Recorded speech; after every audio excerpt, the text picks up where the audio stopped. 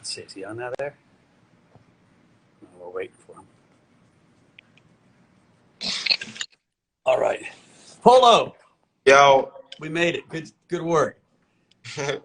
This technology sometimes throws me for a loop. For sure, me and you both. My phone's working, your phone's is working. People are showing up. I appreciate it. So how you been? How'd you like the Super Bowl? Super Bowl was dope. I wish it was a little bit more competitive, but it was a dope experience. Yeah, it's fun, huh? What's Yeah. about the week? What do you think about the weekend show? What, the halftime show? Yeah, It was cool. That was the first one that I had ever really sat there and watched. Besides, I believe like Bruno Mars one time. yeah, But I feel cool, especially to see it in person. yeah. It's cool. It's interesting. My friends who watched it on TV gave it a 10 out of 10. It was a little harder to see in the stadium, but it's still cool to be there. I agree with you. Yeah. Yeah. All right. So what have you done? I heard you bought your mom a house since last we talked. You said what? Somebody told me you bought your mom a house since last time we talked. Yeah. I just helped her get her crib in Atlanta. It was a crib that she was a big house that she was plotting on for a minute, and then I just went ahead and helped her out with that. That's pretty awesome. That really is awesome. I For think sure. that one of the coolest things you can do in your life is make enough money and to buy your parents a house. And so, congrats on that. Thank you. And like I said, I think it's a great investment right now when you can borrow money and from the bank for 5 years, 10 years, 20 years, and invest in real estate. And so, good on you. Good on you. Yeah. So, listen, a lot more of these people came here to hear you ask me questions and me to ask you questions. And so, I'll talk about anything you want to talk about. Investing, not investing, growing up in Chicago. Uh, you know, I definitely want to. where you want to go with this. I definitely want to dig into that cryptocurrency. Like we can kick it off with that for sure. All right. So it was a big day in crypto today, right? Elon Musk, who is the richest man in the freaking world, Hmm. came out and said he bought a little crypto, a little being $1.5 billion worth for Tesla. And that made the price go much higher, right? We went from 38,000 all the way to 46,000. And so, that's a big deal. The way crypto works is that different communities, one friend tells another friend, tells another friend, and people start saying, hey, I'm going to buy this. There's only 21 million Bitcoin, so there's a limited supply of Bitcoin. And more people want to buy, it drives the price up. And so what you see is it spread viral in each community. And so what's been interesting, I'm watching even the hip hop community start getting more and more involved in crypto on Twitter and on what's that? That's the big community thing on Clubhouse. Yeah, Club. and but so in Elon's case, he's doing that within the corporate community, right? Very few companies had bought Bitcoin. My company did. A company called MicroStrategy did. Jack Dorsey's company Square did. But there were very few public companies that bought crypto. And now, one of the top 10 companies in the world by market cap and the richest man in the world did. And so it sends a message to all the other corporations out there that maybe we should buy crypto, buy Bitcoin. And that's, in a lot of ways, that's listening to your generation, right? Bitcoin, cryptocurrency is literally the kind of social currency of Gen Z and millennials, of young people. And so I've been telling companies, not only should you buy some for your balance sheet, but you should allow people to, buy your Starbucks or your McDonald's or your Bojangles chicken, best chicken there is, buy your products using crypto. And so it was a big day. Have you invested yet in Bitcoin? No, I actually was looking to do that top of the year, and I'm actually trying to close in on making that happen. I actually wanted to know the difference because I've been seeing Dogecoin be promoted heavily too lately. Yeah, I think be very careful with Dogecoin. I think people are going to lose their shirt. So Dogecoin started off as a joke, right? We call them a meme coin. It literally was built as a joke. And the reason it's gotten so excited is because Elon Musk made a couple tweets about it. I think he was joking, not serious. But the same way that GameStop became a meme and everyone started buying it, and listen, the original people who bought it made a whole lot of money. But all the poor fools that bought it late, that bought it, when it was $300, $400, $500, they lost their shirt. And I think Doge is the same thing. If you bought it at 1 cent, below 1 cent, fine. 2 cents, 3 cents, but it was 80 cents yesterday. And that's a long way down. I actually think you should be selling that coin if you're long it. Get out, take your money and run. It doesn't really have a purpose. It's just like a joke. Where Bitcoin really has a purpose to store value, and lots of, from Elon Musk to institutions, they're all starting to participate. Very serious people putting their money in it. Ethereum is another one. Very serious people. And so, hear me loud and clear. Stay away from Doge. So you saying Bitcoin really go up from word of mouth and more people investing in it at once? Yeah. And so the same thing had happened with Doge, but it was a lot smaller amount of people. It pushed the price up high because it wasn't as big of a system. But there's no one behind those people, right? There's not a story on why Doge needs to exist. It was more like a fun shtick that everyone got involved in, like a bit, and it's an expensive bit. If you buy it here at 80 cents and it goes to 40 cents, you lose half your money. And so a guy like me, I'll sell it up here and then buy it, I'll short it and then buy it cheaper. I would never buy it up here. Where Bitcoin could go down too, but in the long run, I'm pretty sure it's going to keep going up because it's being adopted by more and more people. So in the last 5 or 10 years, what's been the climate for Bitcoin? Like, has it increased more than you taking a loss or what? Yeah, listen, if you bought Bitcoin in any year of the last 10, it's been the best investment, right? Better than the S&P, better than stock market, better than gold, better than real estate. It's gone up and down some, but it keeps on the long run heading up. And I think that's going to continue for the next 10 years. And so it would have been better if you bought it at the beginning of the year, right? Better if you bought it even last year because it's cheaper. And so now that it just moved up so high, if you're going to buy it, you buy a little bit and leave yourself some more to buy it if it comes down a little bit. But I think by the end of the year, it's higher. And by the end of next year, it's much higher. So I don't think you should put a ton of your money in Bitcoin, right? I tell people put 2 to 3%, 4% of their money in Bitcoin. At your age, I love to tell people, hey, you're supposed to have fun, right? You're young. You're supposed to spend some of your money and having fun, but you got to start saving. And if you start making a lot of money, you should save at least half. And of that half, maybe 10% in Bitcoin, buy some real estate, buy some stocks, and start getting a diversified portfolio. It makes a little bit more sense. The other cryptos can be really fun. I'd put a little less money in those and really dangerous. And so you got to be a little bit careful and you know what you're buying. It's easy to fall for the hype when everybody's on Twitter saying Dogecoin or whatever that hype is. Usually when everything's hyped up, it's time to sell, not buy. Right.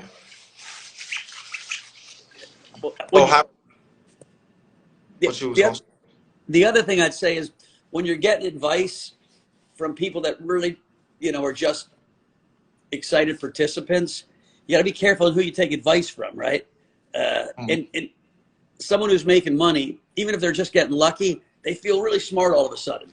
And so they're telling people with conviction, you gotta trust me, you gotta trust me. And they're like, wait a minute, where's his training from? Where did he get his information? Where did he get his knowledge? And should I really trust him? And so you got to migrate in real life and on the internet around people that have done their homework, that have built up a reputation, that have some credibility. And so, you know, you're listening to someone that knows what he's talking about. There are plenty of people online in crypto, right? There's a guy called Pomp. There's a guy, Raul Paul. There are a lot of guys to follow. There's a African American guy who's great, Bitcoin Z, Bitcoin Zay. I'm sorry, Isaiah. You know, he's got a following, and so, but be careful on who you pick to follow, because, you know, some guys are good and some guys just aren't. Yeah, as far as knowing what they talking about. Yeah. So give me a little of your story. You made it. Well, how many years ago did you feel like now you got money, now you've made it, you started selling enough records, you could get yourself, you know, your own apartment? How old were you? It was really straight out of the gate into my recording deal. I signed a deal in 2018. So it's approaching 3 years that I've been signed. In the moment that I signed my record deal, I was trying to move from Chicago, and I actually did I signed in like late October, beginning of November, and I moved to California on Christmas. So I was able to make a big transition from where I was to a way better, putting myself in a way better predicament. Yeah, that's you know, it's interesting. It's one of the hardest issues of our social fabric right now, right? You grow up in a bad neighborhood, you're in lots of ways your desire is to leave the neighborhood so you can surround yourself in a safer neighborhood, you know, people that can help you thrive in life. And it's exactly what you should do. The downside of it is the guys that are successful are leaving those neighborhoods, and they're leaving with less successful people in the neighborhood, so those neighborhoods never get better. And so it's a very confusing circle. But yeah, I mean, you know, going to a place that you feel safe, going to a place where you're meeting and connecting with people that are going to help you kind of continue to grow as an investor, grow as an artist, grow is exactly what you're supposed to be doing. So congrats on that. But it does make me think about how in the heck are we going to take these tough neighborhoods and turn them around a little bit. Yeah, I'm saying, as far as it sounds like that's something that you really think about. I know as an artist, from an artist outlook, the only way that I see fit to pull up the people from my neighborhood is involving them within my music or something within the music industry, period, whether it's I'm taking them on tour and giving them a place and a job or a role to play, and then or seeing that these people, they may be into music too, and giving them a head start on their career. Like, what other ways do you see that I could be able to pull some people up from my neighborhood? No, I think that's a great start. And listen, just being a role model, you know, like through your art, the messages you're sending people, like, you know, being authentic and real, but then being a role model, right? And what does a role model mean as a young superstar? It means have a lot of fun, but don't screw up too bad. You know, Right. be nice to people, right? Treat people kindly. You know, keep yourself, you know, mentally and physically healthy. Like those things sound stupidly easy. They're not easy, right? Listen, I screwed my life, you know, like screwed my life up a couple times in life.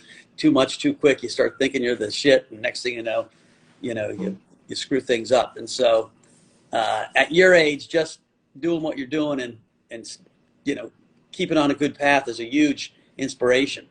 And so, I think that's it. And then as you get older, and as you make a little more money, there's other ways you can start contributing. Right, mentoring young guys is an amazing way.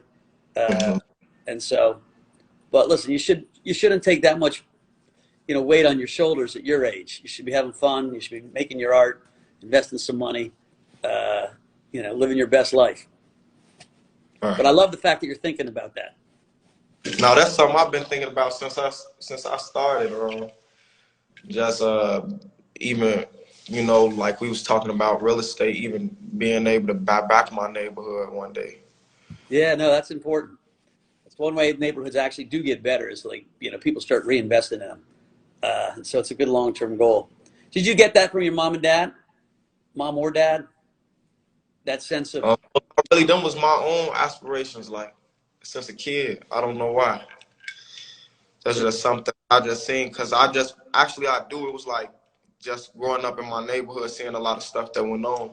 I just felt like that I could be the one to make things better around me for everybody. it's pretty freaking awesome.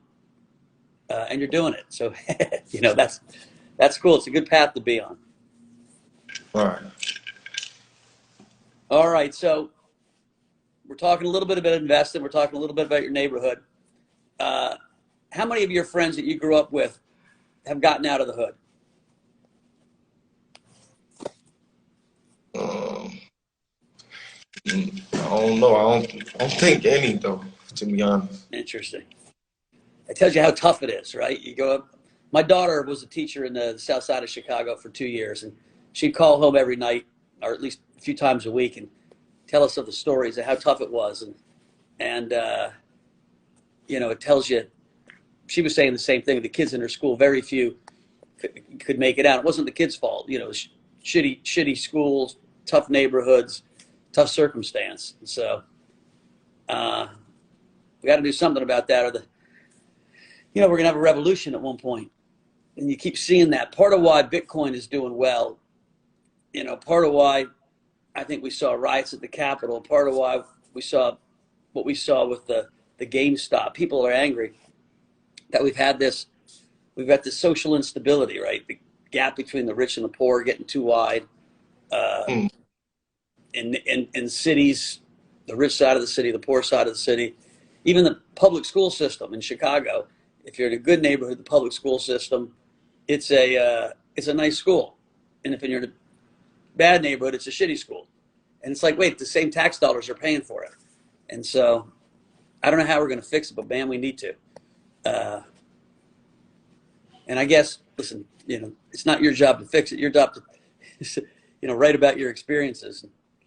But it's interesting when you say zero. My buddy I'm sitting with, he told me the same thing in his neighborhood here in New York. One or two people that he grew up with. And I'm always saying Yeah, this. I'm sure your guys know this, but my 11 fans that I got on this thing, they've never been to that neighborhood, and so it's interesting to hear about it. yeah, that's why, like conversations like this, you feel me, from people like me coming from where I come from and being in the position that I am, just being able to spread knowledge, though. So having conversation with people like you or people of your caliber, that's like one move, putting one foot forward. Yeah, no, listen. One of the things I think is crazy that in school we don't teach anybody anything about investing. Like people Right, should learn investing in high school, what a checkbook right. is, what a savings account is, what stocks are, what bonds are, how to set up an account, how to set up a cryptocurrency account, what leverage is. And so I'm trying to figure out myself on how to create a small course, to leave even in crypto, just to kind of take people through the simple things about what Bitcoin is. Because for your generation, Bitcoin's more important. Like when I grew up, we weren't worried about the dollar. We weren't worried about if we made money and we saved it, we could put it into a bank, and that we thought would be worth more when we got older. You could buy more stuff with it. Now the Mm. problem is you put your dollars just in the bank. In 5 years, that house you might wanted to buy for 400,000 is now going to be 1.2 million because Yeah, we're printing so many dollars. And you're like, why did I save my money, right? And so right. that's why things like Bitcoin or other hard assets. Why I said, hey, buy some real estate now. If you can afford real estate, you should be buying some real estate now. And it's one of the few places where the bank will lend you a lot of money.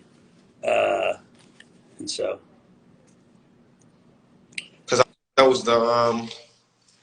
was the conversation that we was having not too long ago yeah, about when you, because the first thing that I was thinking that I didn't want to be in debt or like on anybody rather. So I'm like, I should pay this house off as soon as possible. Yeah, and I was like, don't do that. I said, like, when you're lucky enough to be able to borrow money for 10 years or 30 years from a bank, you should leave them lending you the money and take that money and put into more productive things. And you can't go Right. spend it on dumb stuff, but you know, put it in stocks, put it in Bitcoin, put it in, a business that you're going to start. Uh, that's why real estate's so good. It's one of the few places the bank will lend you money.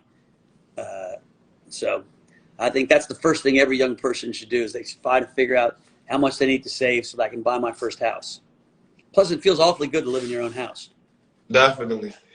I know that was one of the biggest like weights lifted off my shoulder. I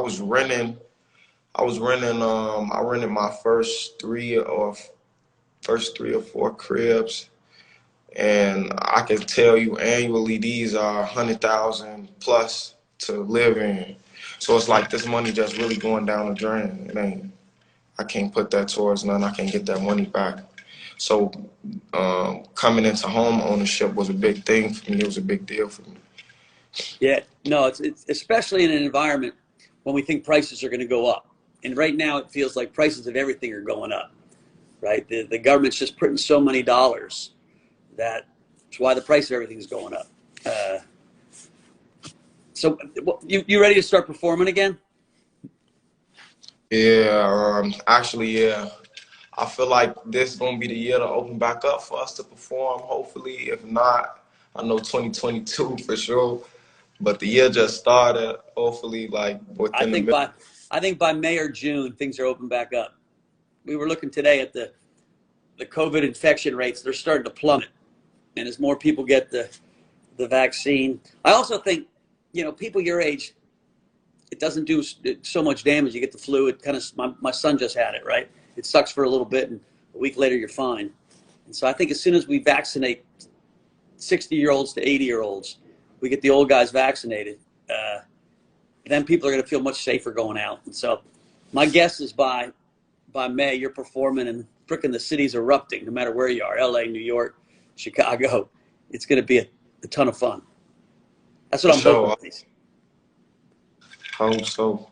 I ain't even get to tour my second album that came out. So, and I'm on my way to dropping my third one this year. So, I definitely hope that I'll be able to perform these songs in front of a crowd. Yeah. No, I guess for an artist too, it's where you make a lot of your money, right?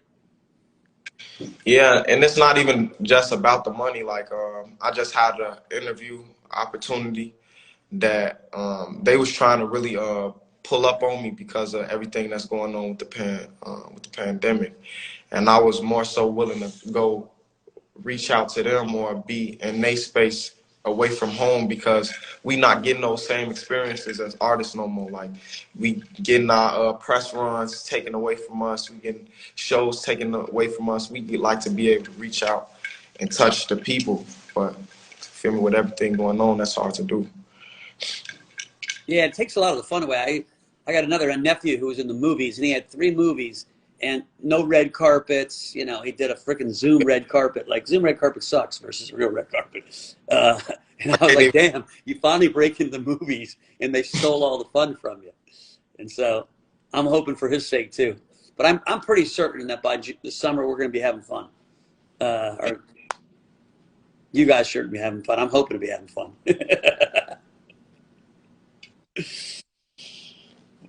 All right. I heard now one thing that I found really interesting is that you love food. You're a foodie. Oh yeah, for sure. I think that's everybody though, but I know I am definitely. And you find in LA a great place to eat yet? Um, uh, I eat Harold's, but that's really a Chicago restaurant. That's the only place that I like mainly go to. Harold's in Hollywood, but as far as like a new place to venture off to, I'm gonna have my daughter Gabby. She lives in LA. She knows all the good restaurants. I'm gonna have her send you a list. All the but hot no, I spots. definitely need. Yeah. I'm actually, I actually been looking into investing in and trying to put like a restaurant up in Cali that like a one that everybody familiar with, but just not in that area specifically. Like something that's popular in a place like down south, or like just a place that the California people aren't really privy to. You know? We're going to talk to you later about Bojangles. It's my favorite chicken restaurant. I own a bit of it, and we're trying to bring Bojangles in more parts of the country. Right now, it's big in North Carolina. It's like a religion in North Carolina, South Carolina, Yeah. Georgia. And so maybe you'll be the perfect guy to help us build it out in California. Oh no, for sure, I'm with it. I never ate Bojangles yet. I can't recall the time that I ate it yet, but I heard that it's good. Yeah. Yeah, we'll send you some. No, you got to eat it there. It's good. It's all fresh. No, that's For sure. one of the fun parts about you start to make some money and do with it. Like you start making some investments in things you like, then it becomes fun. You become a cheerleader for those things. Spokesman, even if it's not an official spokesman. Recently, I recently just saw an interview with Rick Ross and him saying like how he started the whole chain of the wing stops, and it genuinely started just because his love for it, like the lemon pepper wings. So I can see where that'll be the better investment to invest in something that you actually like. Yeah, Wingstop is crushing it too. Like their stock just keeps going higher. That company's worth like $4.5 billion for a freaking chicken wing company. It tells you if you get the product right and you get the business model right, that's how people get real rich. It's funny, like Puffy made more money on Ciroc than he did as a performer or as a producer on his vodka, and so using your celebrity, using your profile to get yourself into deals.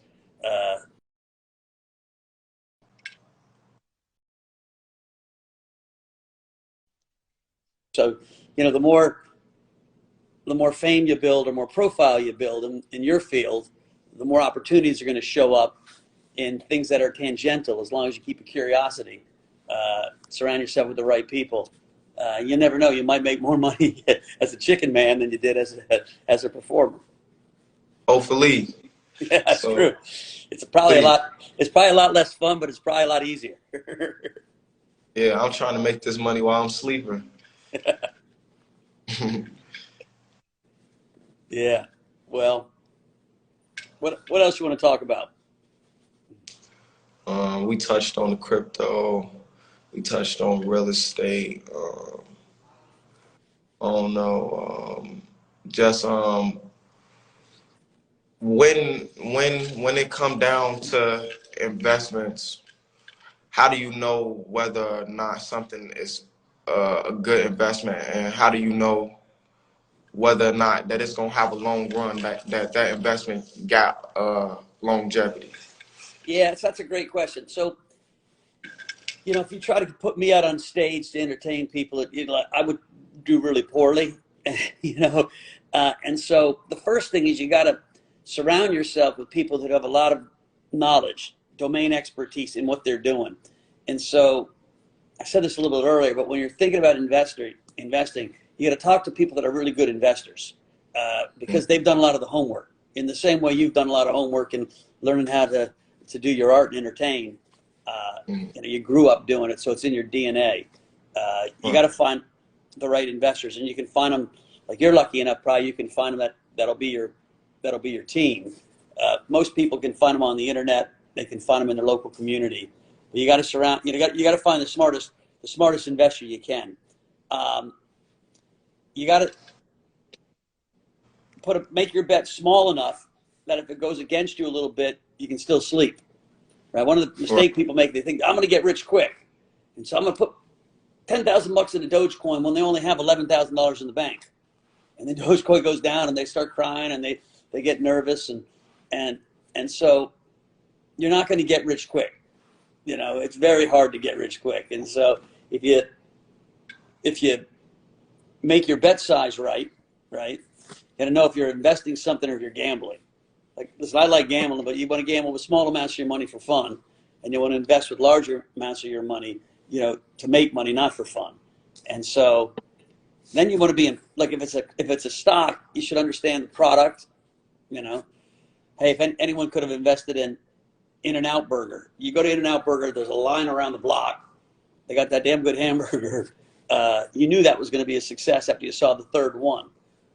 And so part of it is, don't just trust the story, understand the product, understand, is this thing growing? The single best way to think about investing in a person, in a product, in a business, is it growing at a quicker and quicker rate? If it's growing at an accelerating rate, their business, the amount of money they make, the amount of fans they're getting, you want to invest in that guy, right? And so when someone's famous but he's shrinking, you don't want to be invested in him, right? You want to invest in expansion and not invest in contraction. And so if you kind of think about that intuitively, that's why sometimes it's most fun as a young guy to find, what are the new young hot restaurants? What are the new young hot designers? What are the new hot artists? And at one point, we're going to have a system where we'll be able to bet on the young artists. Right now, some producers will bet on you, and they'll take some percent of your career to help you drop your first album. But one of the things that crypto is going to do is it's going to allow the market, individual people, to bet on people, and you'll have your own token, and it won't be just a fan token that you're selling. It'll be some part of your production contract, and your fans will buy it. And when you're doing hot, the price of it will go up, and you'll sell some more of them. And so, it's one of the coolest things that's going to happen in the next 10 years with what we call blockchain. Blockchain is the database that cryptocurrencies are built on top of. It's going to go from Bitcoin and Ethereum and jokes like Doge to actually really real world stuff on how artists get paid, on how artists sell their stuff. We're invested in a business that's doing digital memorabilia or digital art, right? So I was talking today to one of the most famous artists in America about creating digital art that he's going to sell. Now, up until a few years ago, you couldn't sell digital art because everyone's going to just copy and paste it. But now, because you can make it on the blockchain, it gives it scarcity value. It's like the difference between a real Chanel purse and a fake Chanel purse, right? It's the real thing because it's got a blockchain serial number on it, if you want to think about it. And so again, something to think about as an artist is your image, right? Your songs and your image, how that will translate into this new world they're calling NFTs, non-fungible tokens. And so by the time you're 30, it's going to be a huge part of the world. And you're seeing people trade. It's like anything can have value these days if it's scarce. And so Michael Jordan rookie card is selling for $1 million because there are only 21 of them that are in good shape. And everyone wants them right now, right? If there were 500 of them, the price would be a lot lower. And so this thing called the blockchain allows digital stuff to not be counterfeited, right? To be unique. And so it's one of the coolest things coming. I would tell, if you had time, one of the things to study for you and your team, and actually, quite frankly, for your fans, is to understand this new thing, NFT. Like Bitcoin started 10 years ago, and now it's everywhere. NFT started 10 minutes ago. They started literally, within the last 2 months, it became popular. And so there, if you want to take a little bit of gamble, there's probably some real good bets, but you got to really know who's hot, you really got to understand your culture at that point. All right. So how many different forms of cryptocurrency are there? There's probably more than 2,000, but there's probably only about 30 that really matter. Right. And I'm probably invested in 15 of them. And so, you got to be careful that there's this expression called shit coins. They're shit coins because they're shit coins. They're really, they're scams sometimes. They're coins looking for an idea, not ideas looking for a coin. And so that's where you gotta be careful. There's so many people. I mean, Floyd Mayweather had his own coin. It didn't do that well, right down the toilet. And I love Floyd Mayweather. But, you know, everyone was trying to cash in on the hype. And so, you know, for most people, investing in what we call the blue chips. Now, you know, I did one of these with Little Yachty a couple of weeks ago, and I said, hey, I think DeFi's good, and I gave a few names. Those things have all more than doubled, tripled, some of them. And so sometimes even the blue chips can go crazy. Right now, it's harder to put your money in today than it was 3 weeks ago because it's been the most profitable 3 weeks in crypto. And you're like, okay, I'm not going to feel like the fool that now buys it. And so right now I'd say, yeah, buy a little bit of Bitcoin, maybe a little bit of Ethereum, and wait for things to calm down a little bit. Because we're at full hype master today, right? When the richest man in the world buys it, that's hype. And so it'll come back down at one point, right? Investors, you know, just like humans, you know, you get all excited and then you get all depressed. Markets act the same way. And so, and you got to learn not to fall for when everything's all exciting. Take a deep breath, you know, chill out a little bit. And when things are scary is when you're supposed to be invested. You know, we should say you got to put yourself in harm's way. You got to stand in front of the oncoming bull, you know, and not get scared. And that's when you make your most money. When everyone else is telling you to buy it, you got to say, whoa, calm down.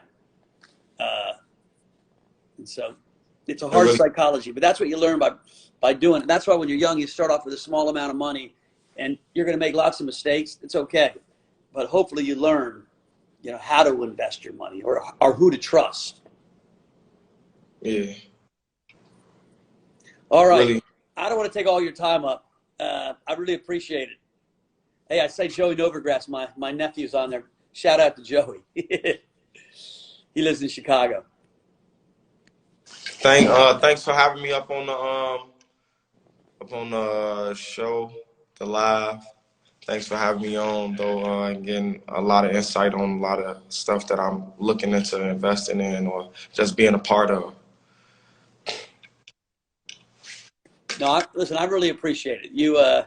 I'm wildly impressed with what you've done, and just even how you comport yourself at a young age. And I love the fact that you bought your mom a house. You should be proud of that.